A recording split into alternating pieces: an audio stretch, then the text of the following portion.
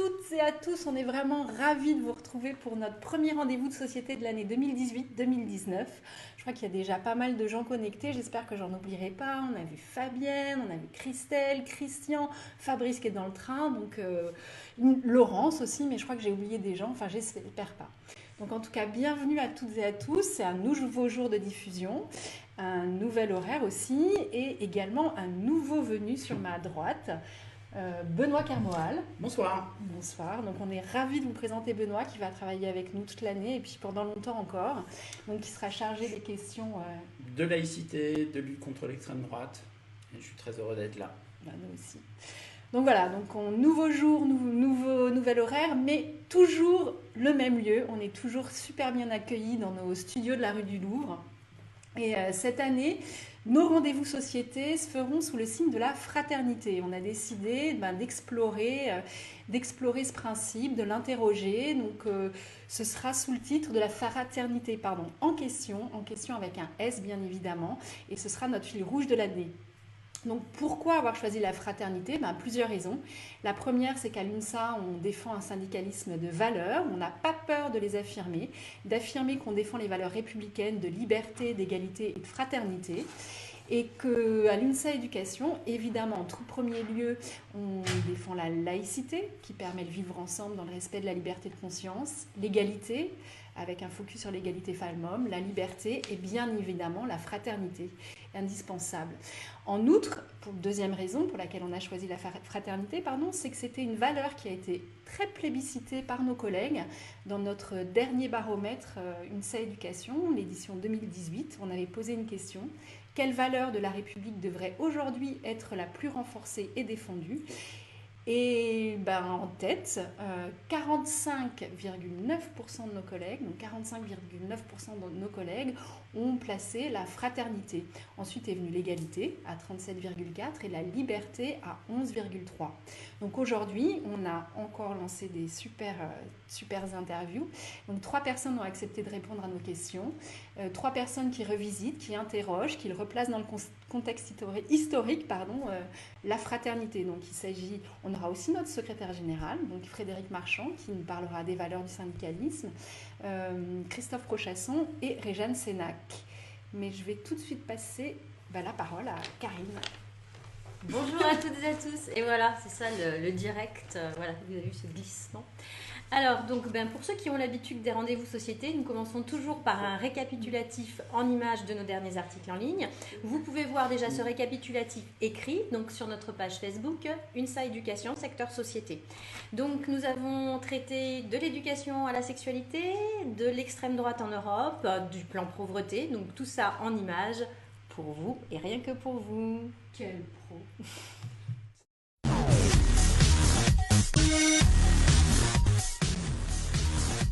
Liberté. Dépénalisation de l'homosexualité en Inde, cette décision est une excellente nouvelle pour l'UNSA Éducation. État de droit en Hongrie, le Parlement européen demande des sanctions. C'est une bonne nouvelle pour l'Europe unie et les valeurs qu'elle place au cœur de ce projet. Laïcité. Enseignement de l'arabe, islamisme, laïcité, identité, il ne faut pas tout mélanger. C'est pourquoi l'UNSA Éducation fait le point. Citoyenneté, solidarité. Le 13 septembre, le président de la République a présenté la stratégie de lutte contre la pauvreté. Même si l'UNSA Éducation accueille favorablement certaines mesures, le compte n'y est pas et il est urgent de faire bouger les choses. Rendre le droit à la scolarisation pleinement effectif. Un collectif dont l'UNSA Éducation fait partie interpelle le chef de l'État et le ministre de l'Éducation nationale pour rendre le droit à la scolarisation pleinement effectif. Égalité femmes-hommes. Avec la rentrée des classes, pas moyen d'éviter les débats et questionnements au sujet des séances d'éducation à la vie affective et sexuelle. Sur les réseaux sociaux en particulier, intox et incompréhension ont circulé à n'en plus finir. L'UNSA Éducation a fait le point avec 3 articles qui traitent de la circulaire du 13 septembre et de la loi Schiappa. Non à l'extrême droite. Il y a-t-il le feu dans la Maison Europe ? La résolution générale de l'UNSA Éducation est claire. C'est pourquoi nous affirmerons nos valeurs contre les incendiaires de l'extrême droite et contre les apprentis pyromanes qui les soutiennent. Développement durable. Agir pour notre futur climatique, c'est maintenant. Ces 2 mois ont été le théâtre de phénomènes climatiques extrêmes qui perdurent au-delà des saisons habituelles sur toute la surface de notre planète. Nous ne pouvons plus remettre à plus tard nos actions et l'UNSA Éducation est et sera au rendez-vous. Ce mercredi 19 septembre était la journée nationale de la qualité de l'air. Pour l'UNSA Éducation, c'est l'occasion de rappeler son engagement fort envers toutes les questions environnementales. Glyphosate, 3 petits tours et puis revient. Les députés ont rejeté les amendements du projet de loi Agriculture et Alimentation empêchant la commercialisation du glyphosate. Pour l'UNSA Éducation, c'est une aberration et un très mauvais signe pour l'environnement.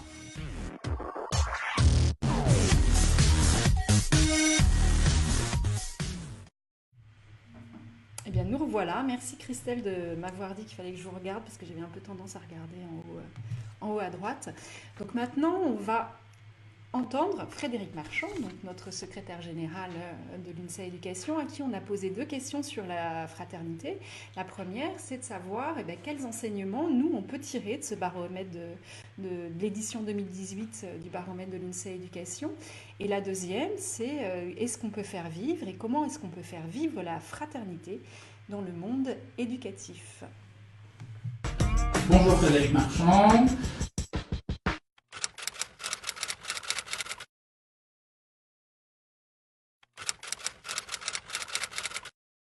Effectivement, notre baromètre nous a donné sur cette question-là des éléments intéressants, parce que les valeurs de la République, elles sont indissociables, et ça, nous l'avions même dit dans la question, mais nos collègues ont fait le choix, parmi les 3 valeurs, de mettre en avant la fraternité. Alors, dans un moment où on peut penser qu'on est un peu trop sur le repli sur soi, sur l'individualisme, mettre en avant cette valeur-là de fraternité qui exprime pour nous aussi la solidarité, c'est quelque chose d'important. Hein. On le voit encore dans un moment où la crise des migrants est très présente dans l'actualité, les questions où en Europe se posent souvent la haine et le rejet de l'autre, mettre en avant et que nos collègues mettent en avant cette question de solidarité, c'est quelque chose d'essentiel pour nous, UNSA Éducation. Alors, effectivement, ça vient aussi avec ce qu'on porte nous, et on porte un syndicalisme qui repose sur des valeurs. Dans notre identité de l'UNSA Éducation, il y a avant tout en premier lieu la laïcité qui pour nous correspond à la liberté de conscience, c'est quelque chose d'essentiel. Et puis après on porte aussi l'ensemble des valeurs humanistes, et la devise républicaine dans ces 3 versants nous apparaît essentiel, que ce soit les libertés qui sont quand même une garantie importante dans une démocratie, l'égalité, et en particulier un attachement très fort que nous portons autour de l'égalité femmes-hommes, et donc la fraternité qui est mise en avant par nos collègues. Et nous, on souhaite pouvoir utiliser aussi ces réponses-là pour mettre en avant ce côté de la solidarité est importante, et c'est bien cet aspect-là qui est le plus mis en avant par l'ensemble des personnels du monde de l'éducation. Comment peut-on faire vivre concrètement la fraternité dans le monde éducatif ? C'est aussi un des enjeux qu'on porte à l'UNSA Éducation. C'est-à-dire que nous, on est une fédération qui représente les personnels, qui aussi agit en faveur d'une vision éducative, et donc pour les élèves, pour la jeunesse. C'est quelque chose d'important pour nous, et donc on cherche à faire vivre aussi les valeurs dans le milieu éducatif. Alors on connaît l'importance à l'UNSA Éducation de la relation pédagogique, des pratiques et des réflexions qui permettent de favoriser la coopération entre pairs.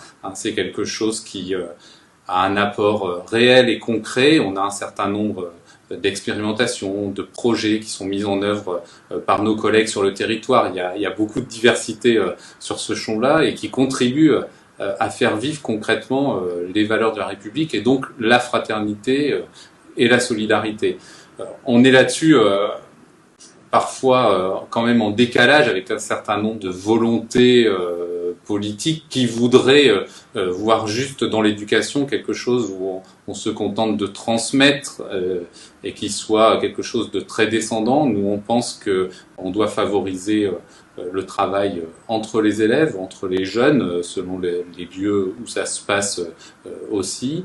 Et de ce point de vue-là, vraiment travailler et faire vivre plutôt, c'est ça, oui, faire vivre les valeurs, c'est quelque chose qui nous est important. C'est pas quelque chose dont on se contente de faire un cours et apprendre. C'est bien par la pratique, par le moment vécu avec les autres, en lien aussi, en interaction bien sûr avec un enseignant ou un intervenant. C'est tous ces moments-là, mais c'est bien ces moments où on va vivre la fraternité en l'occurrence qui nous permettra d'avancer. Et bien maintenant, deuxième interview, on s'est dit qu'un éclairage historique serait intéressant et donc nous avons décidé d'interroger Christophe Prochasson, qui est un des grands historiens du monde contemporain, de la France, des intellectuels, et également c'est un bon connaisseur du système éducatif. Il est président de l'école des hautes études en sciences sociales à Paris. Il a écrit une série d'ouvrages sur différents sujets. On vous conseille en particulier, si vous voulez, un petit livre. C'est une introduction à l'histoire de la France contemporaine. On lui a posé des questions sur le passé de la fraternité en France et puis aussi sur son présent et son avenir. Et donc maintenant, Christophe Prochasson nous répond. Bonjour Christophe Prochasson. Bonjour. Alors, quelle a été l'importance de la fraternité dans la construction historique de la République française ? Alors la fraternité est entrée progressivement dans le discours républicain et surtout n'a rallié la fameuse devise liberté, égalité, fraternité qu'assez tardivement. La fraternité est déjà présente pendant la Révolution française, mais elle est un peu sur le pas de la porte.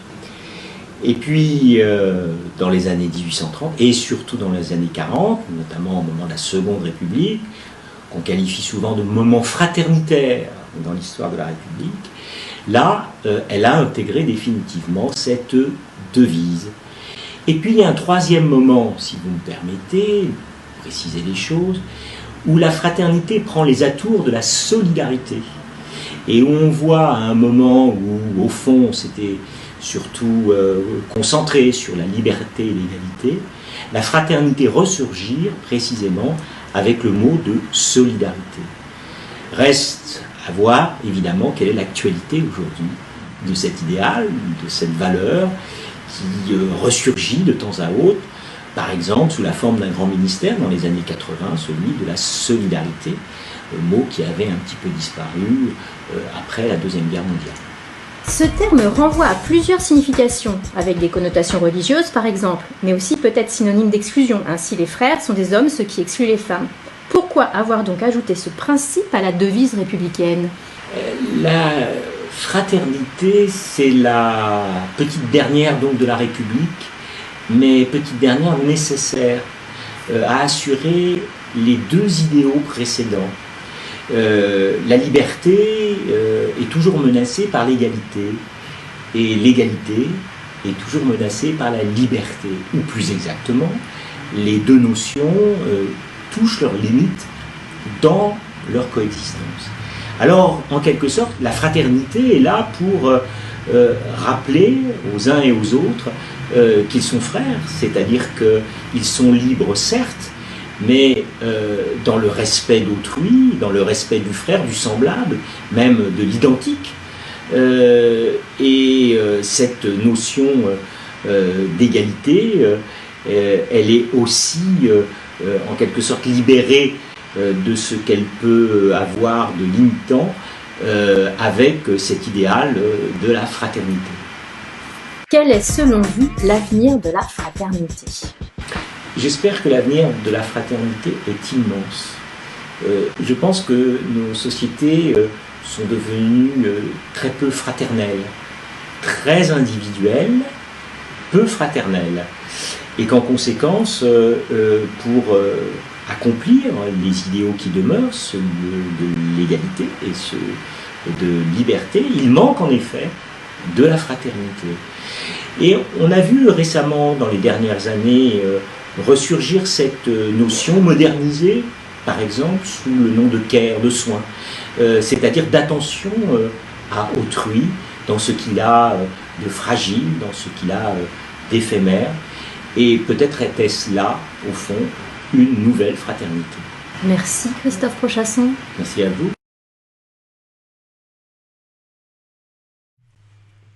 Et bien après cette interview de Christophe Prochasson, une interview de Réjeanne Sénac. Réjeanne Sénac est directrice de recherche au CNRS, elle est aussi enseignante à Sciences Po. Elle préside la commission parité au Haut Conseil à l'égalité femmes-hommes. Et donc, elle a écrit 2 ouvrages donc, qui vont nous intéresser plus particulièrement, Les non-frères au pays de l'égalité. Et pour ceux qui voudraient aller un petit peu plus loin, L'égalité sous conditions, genre, parité et diversité, presse de Sciences Po 2015. Donc voilà, quelques questions à Réjeanne Sénac. Bonjour Réjeanne Sénac. Bonjour. Pourquoi avez-vous voulu réinterroger la question de la fraternité et de l'égalité républicaine?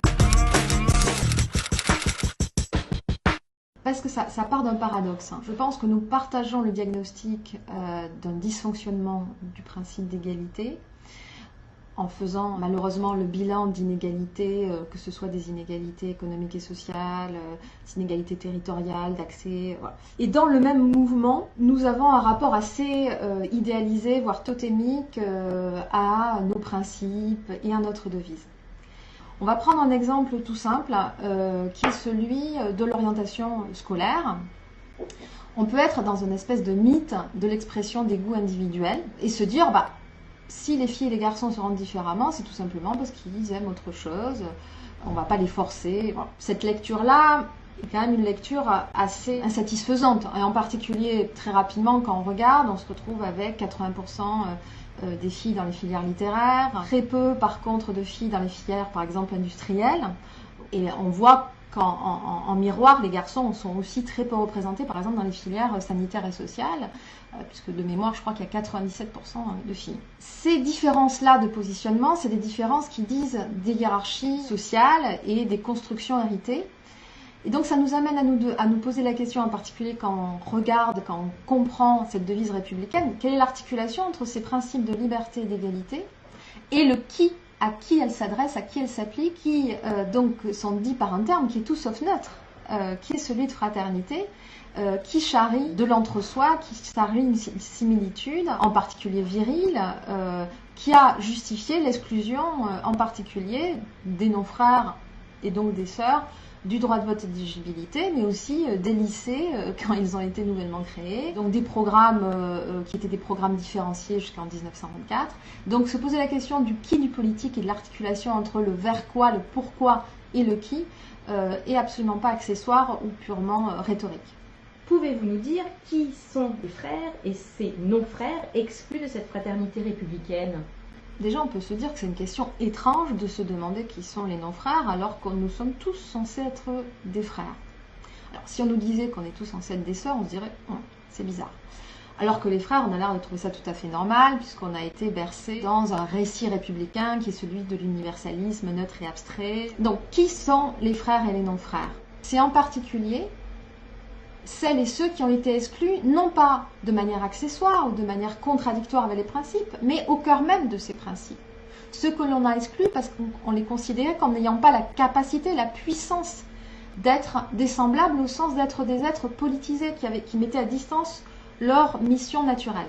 C'est-à-dire, pour le faire vite, les femmes et les racisés, puisque le sexisme et le racisme ont tous les deux pour point commun de justifier l'exclusion, la classification, la sortie de l'humanité au nom de la sortie du politique par une naturalisation de l'infériorité.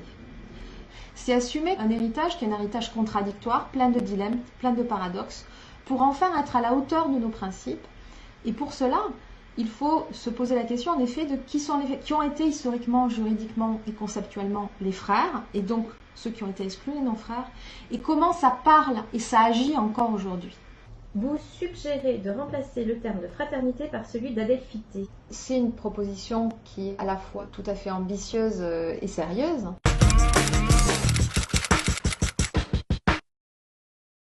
La devise républicaine, c'est ce qui dit un peu notre logiciel politique.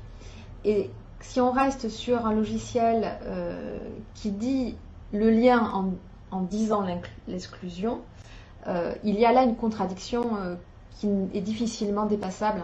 L'adelphité, c'est un terme qui est la déférence du terme de fraternité à une étymologie grecque et pas latine, qui renvoie donc à un terme qui dit les enfants de la même mère, quel que soit leur sexe, qui ne précise pas, qui ne classifie pas.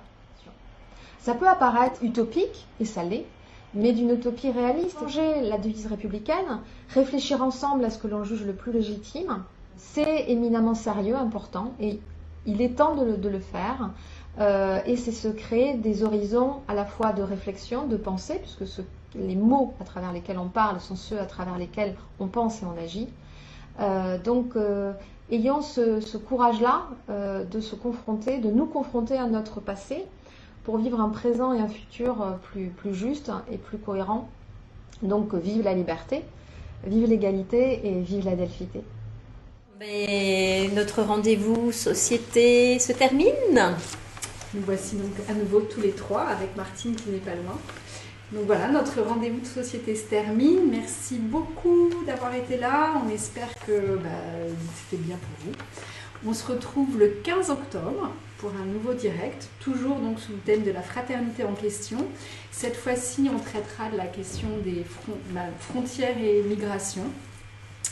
Donc voilà, si vous voulez tous les deux dire un truc. Oui, moi ce que j'ai à dire c'est n'hésitez pas à partager nos interviews. Ces interviews-là, vous pouvez les retrouver dès demain sur la chaîne YouTube UNSA Éducation, dans la rubrique interview du secteur société. Ce rendez-vous société sera aussi sur Facebook, donc n'hésitez pas à le partager. Voilà, je pense qu'on a tout dit. Abonnez-vous à notre page Facebook, vous aurez toutes les alertes avec les derniers articles en ligne, avec toutes nos publications. Donc voilà, et puis rendez-vous, donc tu l'as dit, même heure, donc le mardi, 19h, 15 octobre. Avec un sujet d'actualité sur la fraternité au-delà de nos frontières et la question de cette fraternité et des rapports avec les migrants. Donc question bien d'actualité ces temps-ci. Bon écoutez, à très bientôt. Merci à vous. Au revoir. Alors, le générique arrive, et voilà, à bientôt. À bientôt, c'est très pro.